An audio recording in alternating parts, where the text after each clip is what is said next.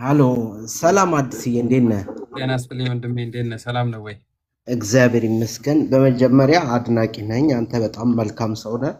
ከምር ሁል ጊዜ ቪዲዮህን እከታተላለሁ እና ብዙ ሰዎች ሰፖርት አድርጋለህ አውቃለሁ። እና ዛሬ ደግሞ እድሉ ደርሶኝ ለጥያቄ በመቅረቤ ደስ ብሎኛል። ቴንኪው ላለሁኝ ታንኪዩ ታንኪዩ ልጠይቅ የፈለግኩት አዲስዬ ወደ ሀገር ቤት መሄድ ፈልጌ የእኔ አፍንታልት እዚህ ጀርመን ነው ያለሁት እና የተሰጠኝ 25 ቤ አብሴስን 1 ኤስ 1 ይላል። ይሄ እንዴት ነው? ወደ ሀገር ቤት መሄድ እችላለሁ ወይስ አልችልም የሚለውን ጥያቄ ብቻ ልጠይቅ ፈልጌ ነው። እሺ ታንኪዩ ለጥያቄው ለኮምፕሊመንቱ ማለት ነው። በይህ ወረቀት ይህ በዚህ ፓራግራፍ የሚሰጠው ሰው ብላይ በሬስት ነው የሚባለው። ከጥገኝነት ጋር ምንም የሚያገናኘው ነገር የለም። ትንሽዬ ስጋት ምንድን ነው? የአንተ የመጣህበት ታሪክ አፌክት ያደርጓል። በ25 ቢን 25 ቢ አንተ በሰጠኸው ታሪክ እንዲህ ሀገሬ እንዲህ አርገውኝ እንዲህ ሰዎች አርገውኝ እንዲህ እንዲሆኝ ባልከው አይደለም። እሱ ሙሉ ለሙሉ ተዘግቶ እዚህ አገር በኖር በሲስተም ውስጥ በመግባትህ ነው የተሰጠህ። ስለዚህ መሄድ ኖርማሊ በብላይ በሬስ መሄድ ይቻላል። በዚህ ወረቀት ወደ ሀገርህ መሄድ ትችላለህ። ምንም ጥያቄ የለውም። እኔ ጀስት እንደ ጥያቄ ሁል ጊዜ የሚነሳው ምንድን ነው የመጣህበትን መንገድ ወደዚህ ወደ ብላይ በሬስት የመጣህበትን መንገድ ያዩታል። አንዳንድ ይታያል። አሁን ለምሳሌ ዱልዱም ሆነ ከነበረ በሀገርህ ችግር ውስጥ ደርሶብህ የነበረ እንደነበረ ምናምን ይሄ ከታወቀ በዛው ሀሳብ ሰጥተው ከሆነ ችግር ይኖሯል። ግን በዚህ ይህ 25 ቢ አብሽኒት 1 ዛትስ 1 አንተ ሲስተም ውስጥ በመግባት ብቻ የተሰጠህ ወረቀት ነው። ስለዚህ መሄድ ትችላለህ። ግድብ የሆነ እንትን መብት ነው ያለው። በነገራችን ላይ ይህ ፓራግራፍ ለምሳሌ ቤተሰቦችን ቶሎ ማምጣት አትችልም። እጅግ በጣም በጣም አስቸጋሪ ሁኔታ ውስጥ ካልሆኑ ቤተሰቦችህ በሃርተፋል ኬዝ መምጣት ይችላሉ። ግን አንተ ግን መሄድ ትችላለህ።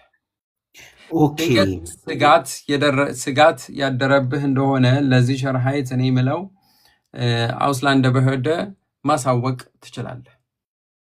ግን በእኔ እይታ ይህ በዚህ የመኖሪያ ፍቃድ አንተ ደርሰህ መምጣት ትችላለህ። የየትኛው ፓስፖርት? የኢትዮጵያ ፓስፖርት ነው ያለህ? አዎ የኢትዮጵያ ፓስፖርት ነኝ። ምንም ችግር የለውም። ያው እኔ ብዙን ጊዜ ደግሞ ከእርዳታቸው ውጪ ነኝ። እርዳታ ምናምን ተረድቼም አላቅም። እንደዛ አይነት ሲስተም እንትን የለሁበትም። በዛ ነው። ሁለተኛ ደግሞ አዲስዬ ልጠይቅ የፈለኩት ማለት ነው አገር ቤት አንድ ልጅ ነበረችኝ እና የተወለደችው ሌላ ሀገር ነው። አሁን ያለችው አዲስ አበባ ነው እና ስሟ እዛ በተወለደችው ቦታ ሌላ ስም ነበር። አሁን ደግሞ ከዛም ወደ ኢትዮጵያ ስገባ ስሟን ተቀይሯል። ገባ እና አንትራግ ማድረግ ፈልጌ ነበረ። ይኸውልህ አሁንም ቅድም የነገርኩ ትንሽዬ እንትኑን ይገድበዋል ያልኩህ እዚህ ላይ ነው። ፓራግራፍ 25 ቢ ቤተሰብም ለማምጣት ትንሽ ግድብ ነው። ቢያንስ በሃርተፋል ጉዳይ እድሜዋ ስንት ነው ልጅህ? 14 አሁን 14 ከሆነች ራሱ ኢቭን ቢፈቅዱልህም እንኳን C1 የቋንቋ ችሎታ ከ14 ዓመት በኋላ C1 የቋንቋ ችሎታ እንዲኖራት ይጠየቃል። ከየት ማን ያምጣው? በጣም ከፍተኛ ነው C1 ማለት ታውቃለህ። እና ግድብ ነው የሚሆነው ብዬ አስባለሁ። እዚህ ያኔ መተህ እጅህን ስትሰጥ አስመዝግባታለሁ? አስመዝግቢያታለሁ፣ ግን ስሟ ሌላ ነበረ። አጋጣሚ የተወለደችው ሱዳን ሀገር ነበረ እና ሱዳን 2 ዓመት ሆኗት ወደ ኢትዮጵያ ሄዳለች እና አጋጣሚ ደግሞ እናትየዋም ግን እዚሁ ነው ያለችው። ብዙ ሀገር ግን አብረን አይደለንም ጀስት እሷ እኔ ፋሚሊ ጋር ነው ያለችው ልጅቷ። እሷ ማን ብላ ነው ያስመዘገበቻት? እሷ እንጃ እኔ እንዴት እንዳስመዘገበ ጀስት እናትየዋ ሌላ ህይወት ስለምኖር አልፈለገቻትም። ማለት ያው ሲስተር ጋር ነበረ የተሰጠቻት። ሲስተር ልጅ የላትም። ኖርማል በቃ እሷ ጋር እንድታድግ ነው ገባ። ታላቅ ሲስተራችን ነበረ እና እንደማትፈልጋት ፕሮሚስ እንትን ብላ ነው እንትን ያለችው። ግን አሁን ስናስበው ሲስተር ያው እናንተ ጋር ብትመጣ አሪፍ ነው ምናምን በሚል ሀሳብ አነሳችና እኔ አሁን እንደዚህ አይነት ሀሳብ ብሞክረ ይሳካል ወይ በሚል ለዛ ነው የጠየቅኩ እንጂ እናትየዋ አይ ችግር የለውም። ይኸውልህ ካስመዘገብካት በራሷ ስም መሆን መቻል አለበት እና ልጅቷ ማንም ጠባቂ አሁን ለምሳሌ ይኸው አንተ ማምጣት እሷን ወዲያውኑ አትችልም፣ አይሆንም፣ በይሄ ወረቀት ግድብነት አለው ይላል።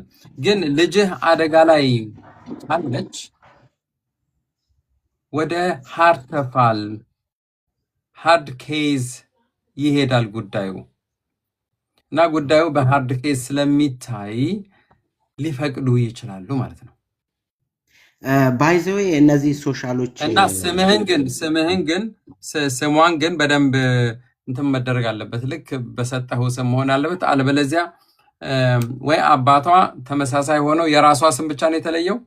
የራሷ ስም ነው። ከዚህም በፊት እነዚህ ሶሻል የሚረዱት እንትን ጋር ሄጄ ነበር እና አንድ ሴትዮ እንደው በጣም ብዙ ኢትዮጵያኖችን ረድታ ብዙ ፋሚሊ ያመጡዋሉ እና እሷ ጋር ሄጄ ነበረ። ይህን ጉዳይ ሳማክራት ጀስት ስሙ ቢያንስ 2 ስም መሆን አለበት አለች። ፓስፖርቱ ላይ ኢትዮጵያ ፓስፖርት ላይ መጀመሪያ ስምና ሁለተኛ ስም። እዛ ደግሞ ሲስተርን ስጠይቃት እዛ ኢትዮጵያ ፓስፖርት ስጠይቅ 2 ስም መሆን አይችልም። እውነት ነው። በኢትዮጵያ የስም ሕግ መሰረት አንድ ሰው 3 ስም ነው። 3 የራሱ ስም፣ የአባቱ ስም፣ የአያቱ ስም። ችግር የለውም እኮ አንተ እዚህ ባስመዘገብካት ፓስፖርት ወጥቶላታል ወይ? ኖ ፓስፖርት አልወጣላትም። ይሄ አሁን ስለዚህ ለምን አይወጣም? ምን ችግር አለው? ሱዳን የተወለደችው ከድጃ ከሆነች አሁን በቃ ያ ሱዳን ላይ የተወለደችበት የልደት ሰርተፍኬት ካለ እኮ አለ ያንን። ስለዚህ ያንን አስተርጉሞ በህጉ መሰረት አስተርጉሞ ስሟ እንደተቀየረ በፍርድ ቤት እሱን ደግሞ በፍርድ ቤት ስሟን ቅርብ ጊዜ ደግሞ አስቀይረውታል። አመት አልሆነውም። ኖርማል ይህም ፕሮሰስ ከማሰቤ በፊት ስሟን ማለት ነው ይሄ እንትኑ የሱዳኑን እንትኑን አስተርጉመው ስሟን የአባት ስም ነበር በሌላ አባት ነበር እንድትጠራ ያደረገው በሲስተር እንትን ማለት ባለ እና አሁን በእኔ ስም አስተርጉሜ ነው ያስቀየርኩት እና ድጋሜ ደግሞ አሁንም አመት ሳይሞላው ችግር የለውም ይቀይሩልኛል ወይስ እንዴት ነው? አይ እንደዛ ይኸውልህ ከሆነ ምንም ችግር የለም እኮ እቺው ልጅ ናት ከድጃ የነበረች ማን አልካት? ርብቃ ነው ስሟ። መጀመሪያ ርብቃ ነበር፣ አሁን ሶሊያና ነው። ከዛ እዛው ነው ዘመነ ማለት ነው።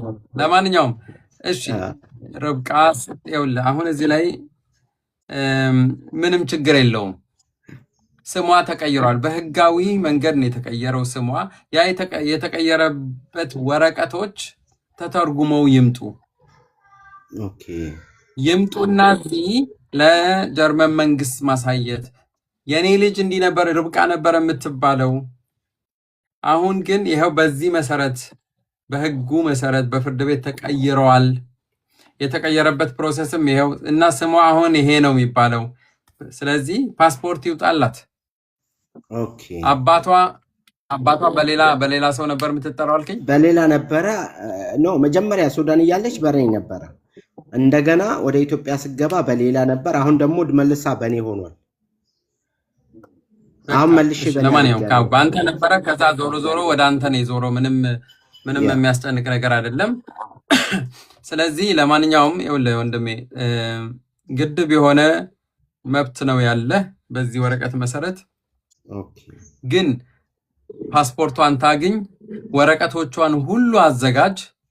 እኔ አንድ ጥያቄ አለ ለአንተ። ይህ 25/1/11 መቼ ነበር የተሰጠ? 2022 አይ ቲንክ ከ3 ዓመት በኋላ ያ አይ ቲንክ መሞከር ትችላለህ። ወረቀቶቿን ሁሉ ፓስፖርት ታውጣና ከዛ በኋላ አንተ እዚህ ማለት ነው ኦኬ ጠበቃ ትይዛለህ። በጠበቃ አማካይነት ነው ስህተቶች፣ ምክንያቱም ራስህ ካረከው ስህተት ከተፈጠረ ጥሩ አይደለም። ኦኬ ስህተት እንዳይፈጠር በጠበቃ አማካይነት ጉዳዩ በጥልቀት ተይዞ በሲሪየስሊ ቢሰራና ልጅቷ የምትመጣበት በሃርተፋል ልጅቷ የምትመጣበት ሁኔታ ቢመቻች መልካም ነው። ኦኬ ኦኬ በቃ አዲስዬ በጣም በጣም ጊዜንም አልሻማብህ። በጣም ነው የማመሰግነው። ቴንኪው ቢግ ሪስፔክት አለ ለአንተ በእውነት በጣም Thank you so much. ቴንኪው Thank አባቴ። you. Thank you so እሺ much. እሺ በጣም ጥሩ የተወደዳችሁ ክቡራን ተከታታዮቻችን አዲስ ጂኬ ቲዩብ ይቀጥላል። ጥያቄዎቻችሁን እመልሳለሁ። አሁን ከዚህ በኋላ ሞዴሬተር ትኖራለች። እሷ ሁሉም ነገር ሞዴሬት ታደርግልናለች። መጠየቅ ለምትፈልጉ ሰዎች ፕሊስ 13 ሰዎች ያለው ተሳትፎ ያስፈልጋል። ተሳትፎ ያስፈልጋል። ያለ ተሳትፎ አታስገባችሁም። ስለዚህ ያንን እንትን እያላችሁ ብትጠብቁ መልካም ነው። ታብታብ አድርጉ። ታብታባችን ቢያንስ 100 ይግባ። ገና 19 ነው። ወደ ሚኪ እንሄዳለን። ሀሎ ሰላም ሚኪ፣ ጤና ይስጥልኝ ወንድሜ፣ ሰላም ነው ወይ? እግዚአብሔር ይመስገን። አዲስ ስለምታደርግልን ነገር በጣም እናመሰግናለን። በጣም ትልቅ ነገር ነው አዲስ የምታደርግልን። ያው ማንም የማያደርግልን ነው። በጣም እናመሰግናለን። አንድ ሁለት ጥያቄ ነበረኝ እና እሺ አንደኛው አሁን ላይ 8 ዓመት ምናምን ሊሆን ነው አይደል? አይምቡርጉሩንግ ሽታት ቡርገር ካይት የሆነ አምስት አይኤፍዲ አምስት ምናምን ነው። ኦኬ አይ ዜና ስለተሰማ ከባድ ነው። ዜና በሰማችሁ ቁጥር አትረበሹ። ኦኬ ኦኬ ምንም አይነት ለውጥ አልተደረገም። እህ አዲሱ መንግስት ወደ ስልጣን ሲወጣ እህ የተሻሻሉ ነገሮች አሉ። በ3 ዓመት ዜግነት አይምቡርገሩን የተባለው እሱ ብቻ ነው የቀረው እንጂ ሌላው እንዳለን ያለው 5 ዓመት ወይም ከ5 ዓመት በላይ። እሺ ቀጥል። እንደ ህግ ሆኖ አልረቀቀም ማለት ነው። አሁን አይኤፍዲ 5 ዓመት ነው ሚን 5 ዓመት ከ5 ዓመት በኋላ 6 ዓመት ከዛ በኋላ ይውይ ይቻላል። ግን ትንሹ በ5 ዓመት ሰው ዜጋ መሆን ይችላል። ጥያቄ ምንድን ነው? ሁለተኛው ደግሞ አሁን ለምሳሌ ጥገኝነት አሰንም ሲከር ከጠየቅኩበት ጊዜ ጀምሮ ነው የሚቆጠረው 5 ዓመት። እንዴት ነው እሱ ነገር? ወረቀት ቀጥታ ኢሚዲየት ሊሰጡኝ ማለት ነው? ወረቀት ካገኘህ በኋላ ነው። ወረቀት ካገኘህ በኋላ አዎ፣ ማለቴ ይሄ ካምፖስ የቆየህበት ምናምን እኔ ወረቀት ያገኘህበት ጊዜ ጀምሮ ያለው ነው የሚታየው። ግን ሌላው ከንሲደር ይደረጋል። ለምሳሌ አንድ ሰው ጥገኝነት ጠይቆ በ3 ዓመት በኋላ ጥገኝነት ቢያገኝ እና ግን ላለፉት 2 ዓመታት እየሰራ ከነበረ 5 ዓመት ምንድን ነው ኒደርላንድስ ኤርላብኔስ ወይም ቋሚ መኖሪያ ፈቃድ ማመልከት ካለበት ደህና 5 ዓመት ነው መስራት ያለበት። 5 ዓመት ማለት ወይም 60 ወር መስራት አለበት። ይህ ለኒደርላንድስ ኤርላብኔስ ነው። ለዜግነት ግን 5 ዓመት መስራት የለበትም። ያ ሰው 5 ዓመት መሆን የለበትም። መስፈርቶች አሉ። መስፈርቶች መሟላት አለባቸው። ቢያንስ የነኛ መስፈርቶች ደግሞ ከ5 ዓመት በታች ከባድ ነው ለማሟላት። እና ስለዚህ አሁን ለምሳሌ ፉሊሽ ሊንጋ ይገንሻል አሁን ፉንፉን ስፋንሲሻ አሁን ለአንተ አሁን በ5 ዓመት ውስጥ ከተሰጠ ከ5 ዓመት በኋላ ዜግነት ማመልከት ትችላለህ። 5 ዓመትም ባልሰራም ማለት ነው። አረተው እንዴ 5 ዓመት ባሰራም ግን መስፈርቶች አሉ። የራሳቸው መስፈርቶች እሱን አውቃቸዋለሁ። ብዙ አሉ። መስፈርቶች መሟላት መቻላል። 5 ዓመት ቢያንስ ሌበንስ ኡንተርሃልት ሲሸር መሆን አለበት። ስራ ላይ መሆን መቻል አለብህ። ለተወሰነ ጊዜያት የሰራህ መሆን መቻል አለብህ። ወደኋላ ለአመታት ትንሽ አመታት እና ያንተ በቃ እነዚህ መስፈርቶቹ መሟላት መቻል አለባቸው። እንደዛ ነው። አዲስ መልስ ተመልሷል። በጣም ነው የማመሰግነው።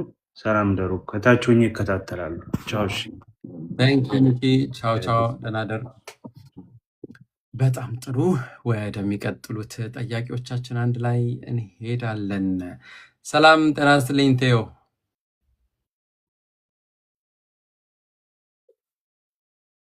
እንዴት ነህ ወንድሜ? ሰላም ነው ወይ? ሰላም ነው። እንዴት ናችሁ? ይመስገን። በጣም ረጅም ጊዜ ጠብቄያለሁ እንደዚህ ላይቭን ለመግባት ረጅም ጊዜ ጠብቄያለሁ። በውስጥም ልኬልህ ነበር። አይ ቲንክ ቴክስት ስለሚገባልህ አታየውም መሰለኝ።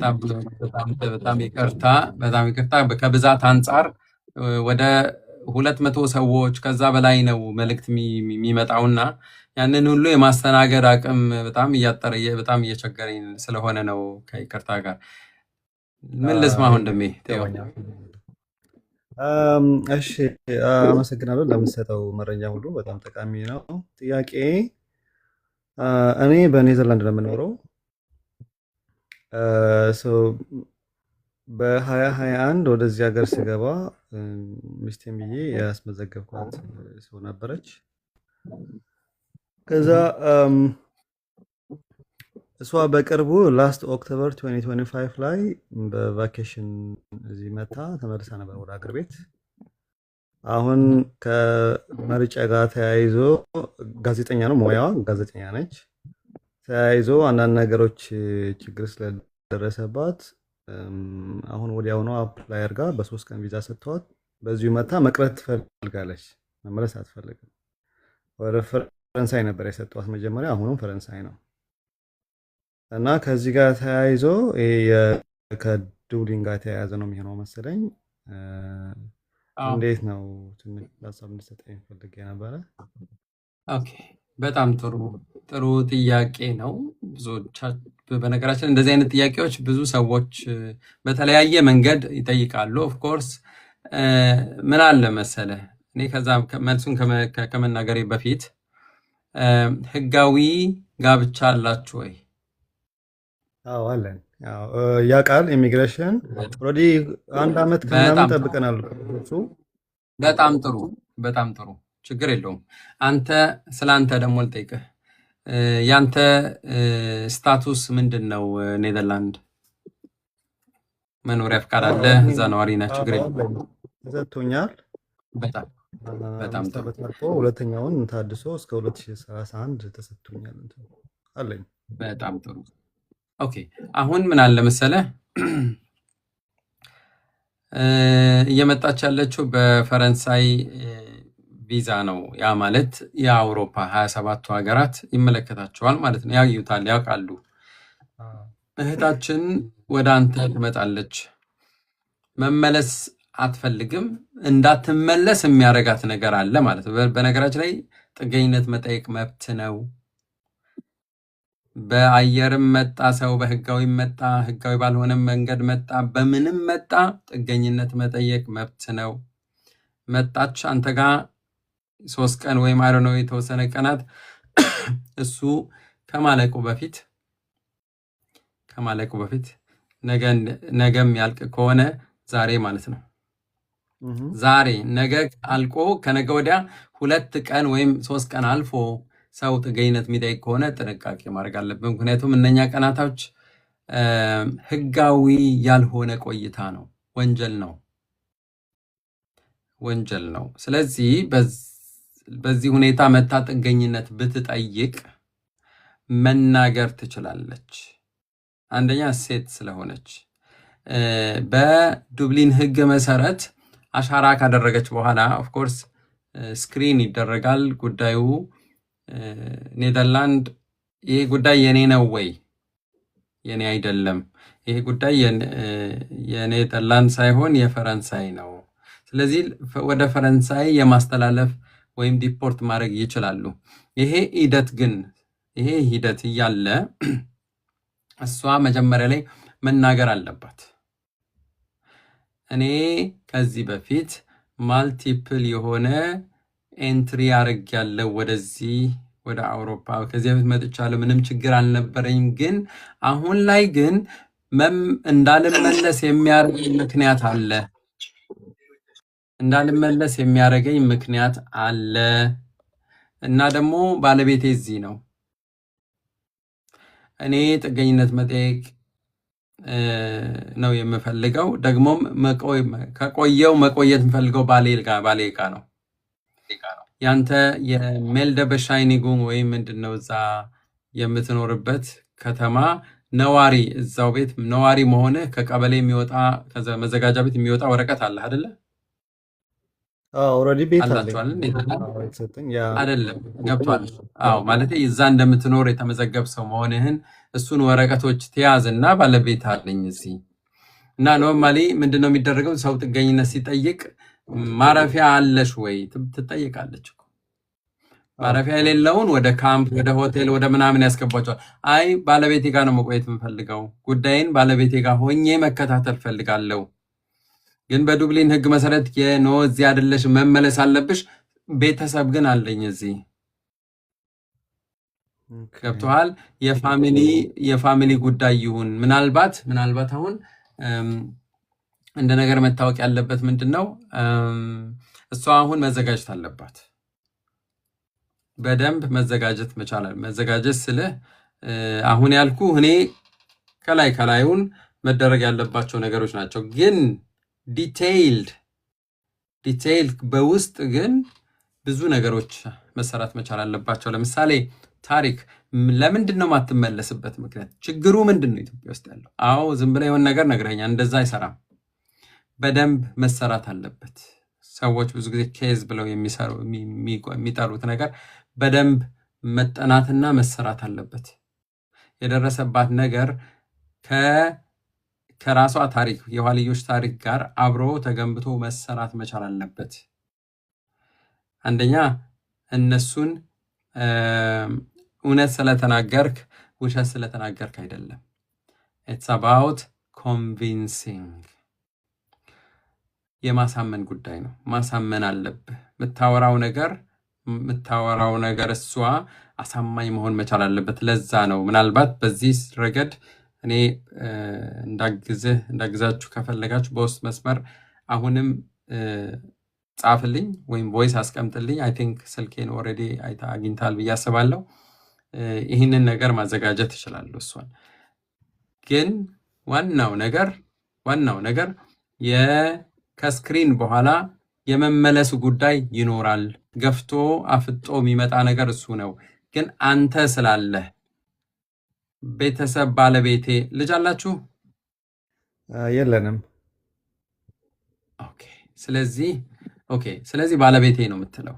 ልጅ ሲኖር ይከብዳል። አየህ፣ ለማንም ስለሚከብድ አንደር ኤጅ የሆነ እናት የሚያስፈልገው ሰው ካለ አንገብጋቢ ጉዳይ ነው። ይህ አሁን vulnerability የሚሉት ነገር ነው። vulnerable ናት፣ ለአደጋ ተጠቂ ናት። እሷ ያለ ልጇ መኖር ስለሚችል ወይም ህፃኑ ተብሎ ግን እዚህ ላይ ተጋቢም የተጋቡ ስፓውዝ ባልና ሚስቶችም አንድ ላይ መሆን እንዳለባቸው ስለሚታወቅ በዛ ያንን ምክንያት በማድረግ ይህ እንትን ምንድነው የዱብሊን ፈኦርዱንግ መመሪያ ምናልባት ሊያስቀሩት ይችላሉ ብዬ አስባለሁ። ግን አይሆንም ብለው ግን ገፍቶ የመጣ እንደሆነ ወደ ፈረንሳይ የምትሄድ ከሆነ እዛ እንትን የምትል ከሆነ እዛም ሄደ ፈረንሳይም ሄዳ ይህንን ጉዳይ ማንሳት አለባት። እኔ ብዙ ሰዎችን አውቃለሁኝ እዚህ ሀገርና እዛ ሀገር ሆነው ወረቀት ካገኙ በኋላ ወደ አንዳቸው ይጠረነፋሉ፣ ይሰበሰባሉ።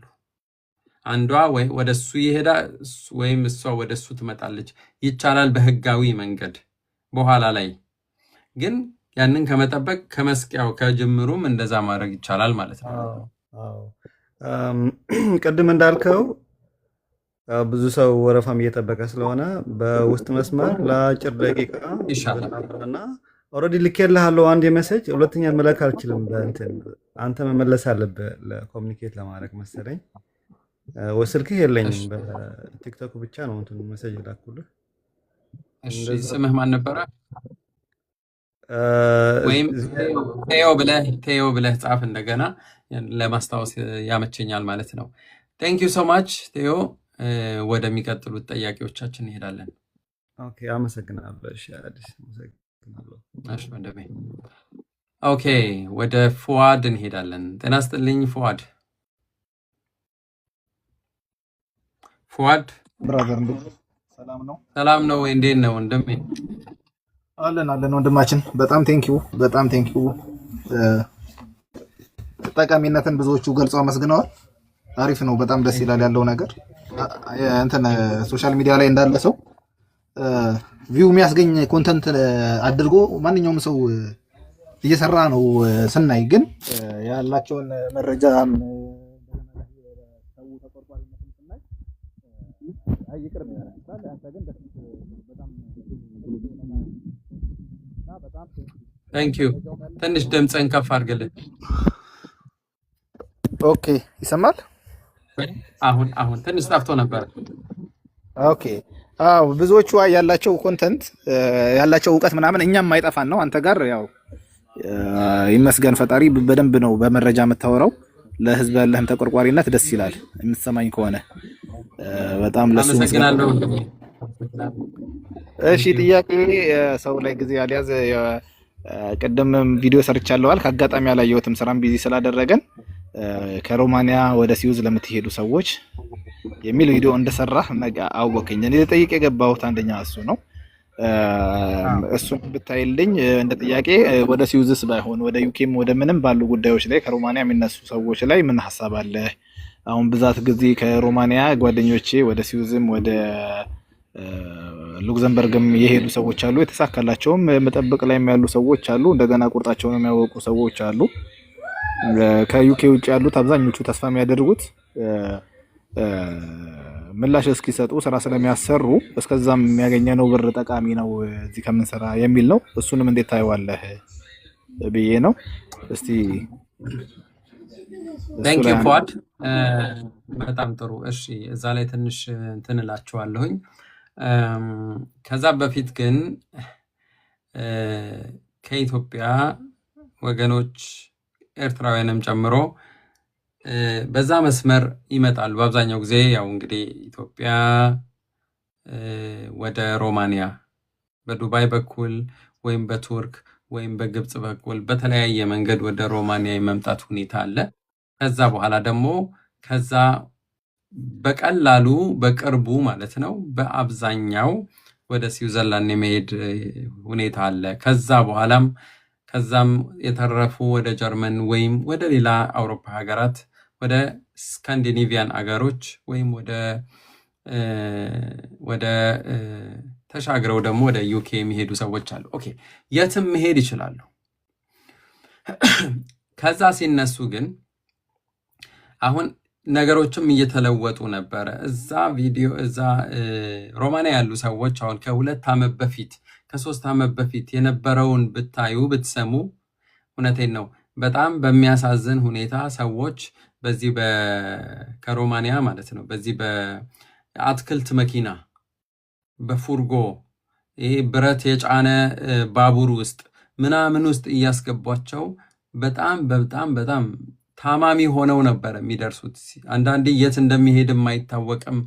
ይዟቸው ወደ ፖላንድ ይሄዳል። እዛ የመታሰር ሁኔታ እንደውም ኢቭን የሞት አደጋ የደረሰባቸው ኢትዮጵያውያን እንዳሉ ማወቅ ያስፈልጋል። በጣም የሚያሳዝን ታሪኮች አሉ። አሁን ግን ጉዳዩ ተቀይሮ ሰው በባስ ምክንያቱም የያዙት ፓስፖርት እያስሄዳቸው ነው። የያዙት ፓስፖርትም ፖሊስ ያስመልሳቸው ነበረ ብዙ ጊዜ አምና ላይ ለምሳሌ። ግን አሁን ደግሞ አሁን በቀጥታ ዝም ብለው በባስ ወይም በትሬን ተጭነው ይሄዳሉ፣ የሚደርሱበት ቦታ ይደርሳሉ። ምንድን ነው ብዙ ጊዜ የሚደረገው ወደ ጀርመን አካባቢ የሚመጣ ሰው አሁን ቦርደራቸው ላይ የመጠበቅ ሁኔታ አለ። ግን አሁን በቅርቡ ደግሞ ወደ ስዊዘርላንድ የገቡ ሰዎች ብዙ ናቸው።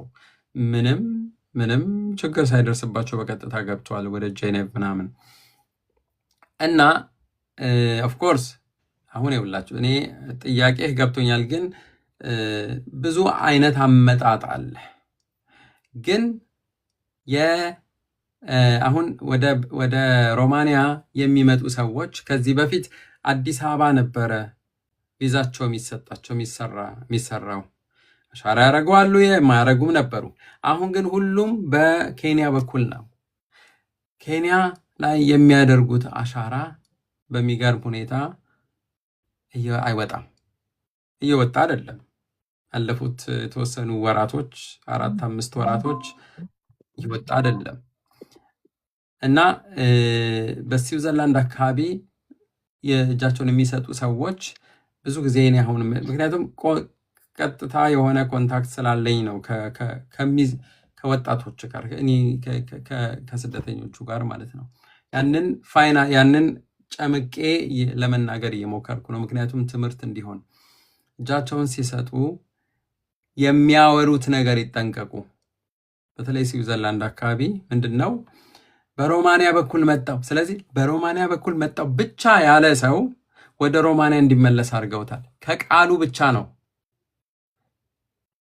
ስለዚህ ፕሊዝ ያው የምታወሩትን ነገር መጠንቀቅ ያስፈልጋል። የመጣው ከሮማንያ አይደለም ወንድም፣ ከዛ ቦታ አይደለም የመጣኸው፣ ከሀገርህ ነው፣ ከኢትዮጵያ ነው የሚባለው። ራሳችሁን ያልሆነ ስዕል አትስጧቸው።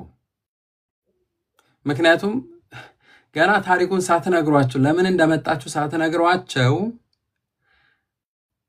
በአሻራ ወይም አሻራ ይኖረዋል በሚል ብቻ ይጨናገፋል። የእናንተ ታሪክ በጣም የሚያሳዝን ነው። ያ ነገር ሳይሆን ሲቀር ሰው ሌላ ፕላን ቢ ይወስድና እንግዲህ የሚሄደው ወደ ፈረንሳይ፣ በፈረንሳይ በኩል በባህር በኩል ወደ ዩኬ የመሻገር ሁኔታ አለ። ኦኬ፣ እንደ ጀርመን የመሰሉ አገሮች ጥገኝነት ሰው ሲጠይቅ ማለት ጥሩ፣ ሌሎችም ጥሩ ናቸው በነገራችን ላይ፣ ግን ይሄኛውን ወደ ካምፕ የማስገባት ሁኔታ አለ። የእጅ ብር የመስጠት በካምፕ ውስጥ አስገብተው ምግብ ኦፍኮርስ እየተሰጠ የኪስ የሚባል ገንዘብ እስከ 195 ዩሮ ምናምን የመስጠት ሁኔታ አለ።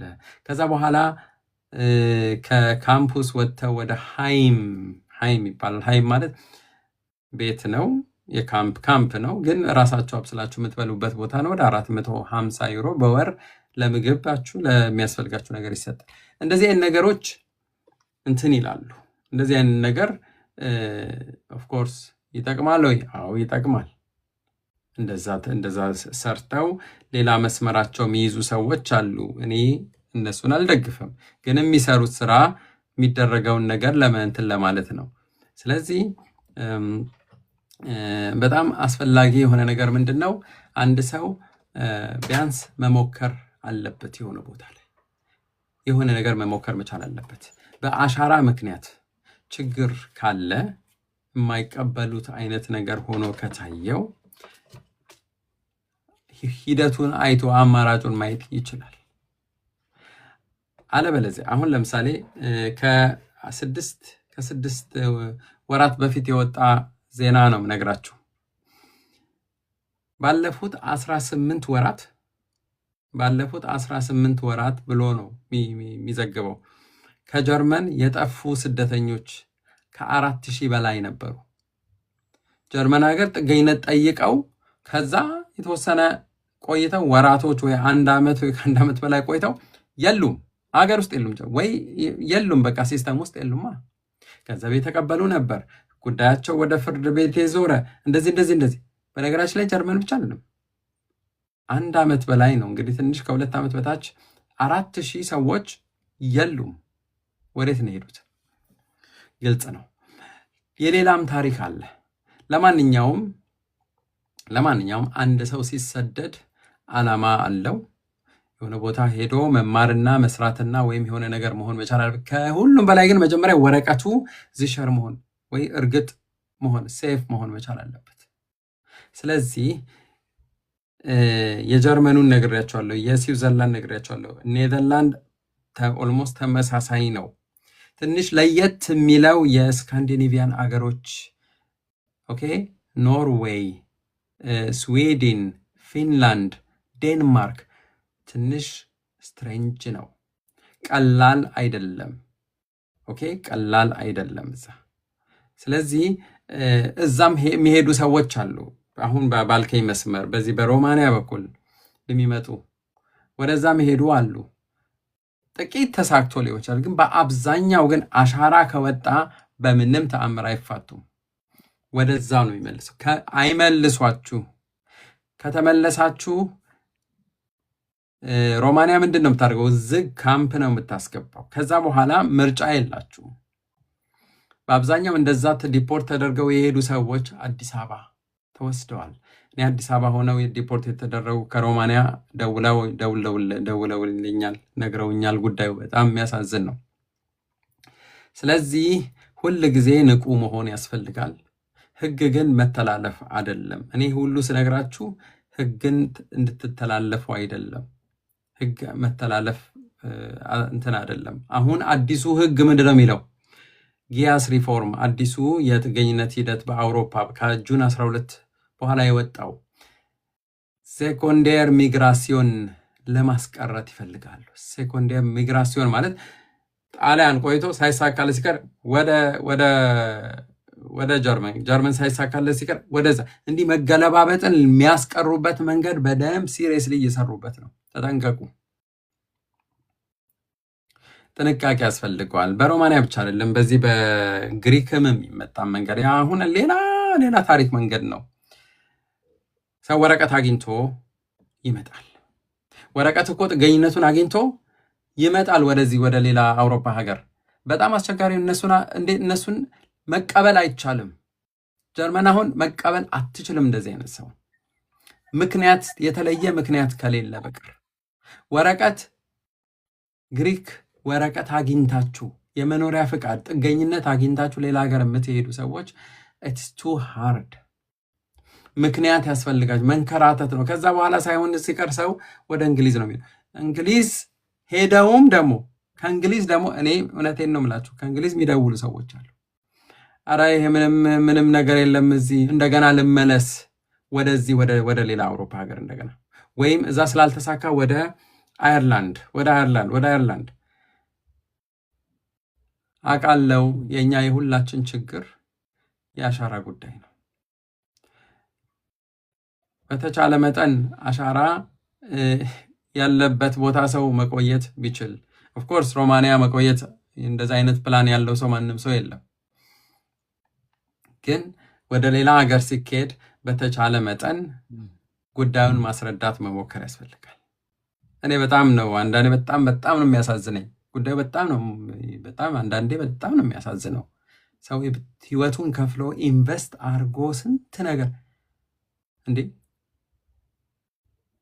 እናቴ ቤቷን በጣም ይሄ አሁን እኔ አንድ ቀን ለብቻዬ አልቅሻለሁኝ። እናቴ ቤቷን ሽጣ ገንዘብ ከፍላልኝ ነው የወጣሁት። እንዴ ኢትስ ቱ ሃርድ። ገብቷችኋል? ተከፍሎበት ነው ህይወት ተከፍሎበት ነው የሚመጣውና መሳካት አለበት። ካልተሳካ ለዛ ነው ሰው እንትን ማለት አለበት። የሆነ አክቲቭ መሆን መቻል አለበት። አዎ እነሱ የራሳቸው መንገድ አላቸው፣ ማነቆ አላቸው። ግን ያው እግዚአብሔር ነው የሚረዳው ነው የምላችሁ። ይህንን ነገር መጠንቀቅ አለባችሁ። ለጊዜው ተብሎ ደግሞ አንተ ትንሻውን ነካክተኸዋል ፉአድ። አንዳንዶቹ ወይ ሌላ አውሮፓ የሆነ ለጊዜው የሆነ ቦታ ሰርተው ምናምን ከዛ መሻገር የሚባለው ሰርተው የሚለው ነገር አበሻ ቤት እንዳትሰሩ። አበሻው ጨካኝ ነው። እኔ እውነቴን ነው የምነግራችሁ፣ ጨካኝ ነው በጣም። ጭካኔም የጭካኔም አይነት አለው። በ4 ዩሮ፣ በ6 ዩሮ፣ በ5 ዩሮ ማንም እኮ አያሰራም። ማንም እኮ እንደዚህ አያሰራም እንዴ። እዛ አረብ ሀገር እኮ ሴቶቻችን እዛ የሚሰሩት እዛ መስራት ይሻላል እዚህ የአበሻ ቤት ከመስራት። በጣም ነው የሚያናድደው የሚያስጠላው። ከቻላችሁ ሌላ ቦታ መስራት ሞክሩ። ወዳችሁ አይደለም አውቃለሁ፣ ይገባኛል። ግን መጠንቀቅ ያስፈልጋል። ወይ ሌሎች ወይም እንደ ጀርመን ሀገር የመሰለ ከ6 ወር በኋላ መስራት ይፈቀድላችኋል። ሲጀምር መስራት ይፈቀድላችኋል። ስራ ካገኛችሁ ስራ መስራት ትችላላችሁ። ስራ ስሩ።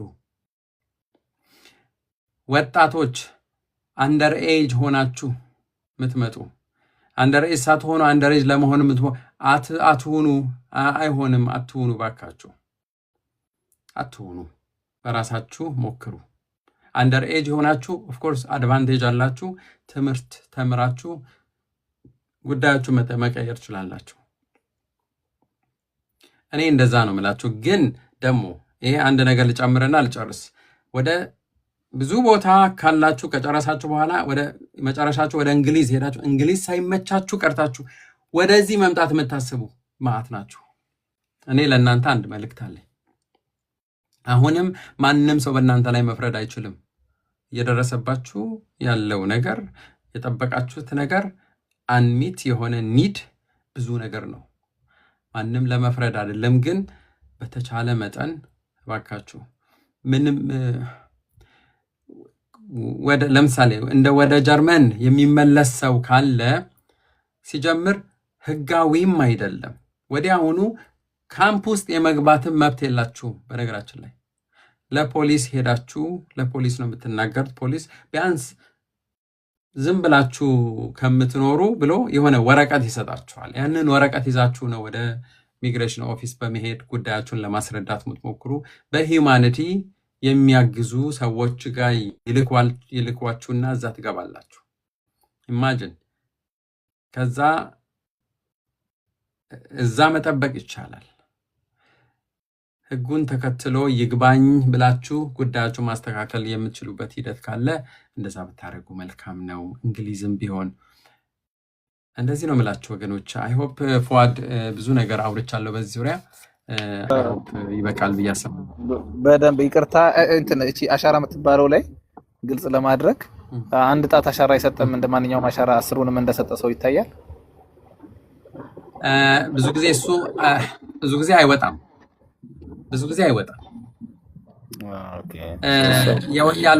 አይወጣም ነው የሚሉኝ። ብዙዎቹ አይወጣም ነው የሚሉኝ። አሻራት ይሄ ትልቁ አሻራ ኦፍኮርስ ወሳኝ እኮ ነው፣ ወሳኙ ነው። እነሱ ሁሉንም ጭነው ካዩ እቺ መታወቂያ ስትሰጥ መኖሪያ ፍቃድ ስትሰጥ በሮማኒያ ሀገር የምታረጋት ብዙ ሰዎች አይወጣም።